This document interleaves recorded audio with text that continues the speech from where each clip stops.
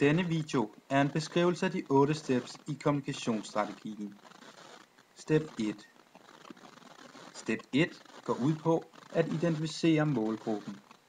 Her indgår den potentielle køber af produktet, de nuværende brugere, dem der tager beslutninger, samt andre influenter. Step 2.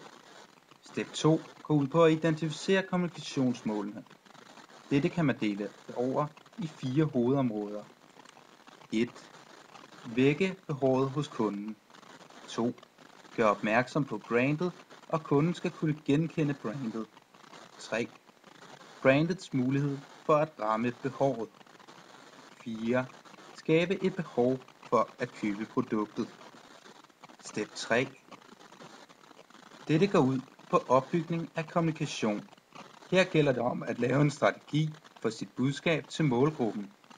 Næste skridt er at lave en kreativ strategi. Til sidst skal man finde kilderne til at få budskabet ud.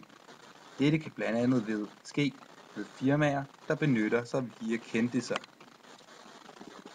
Step 4.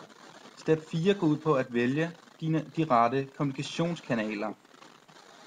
Man kan blandt andet benytte sig af personlig kommunikationskanal, som er face-to-face eller andre direkte kommunikationsformer. Derudover kan man også benytte sig af mass media kommunikationskanalen, det vil sige ikke personlige kanaler, som er henvendt til mere end én, og kan være et sportsevent, museer eller lignende. Step 5. Step 5 går ud på etablering af marketingskommunikationsbudgettet. Dette kan man dele over i 4 områder. Der kan være et fast budget. Derudover kan man procentvis regne ud, hvor meget man regner med at sælge. Man kan derudover også sætte det op mod konkurrenterne, eller se mål og opgavemetode, hvor budgettet bliver sat efter mål. Step 6. Step 6 går ud på valg af marketing kommunikationsmix. Dette kan man dele over i 8 forskellige. Man kan blandt andet vælge at reklamere, promote, lave events, benytte sig af PR, direkte marketing, interaktiv marketing, også kaldet online aktiviteter, viral marketing eller personlig salg face-to-face. Step 7. Step 7 går ud på at sætte et mål af resultatet på kommunikationen.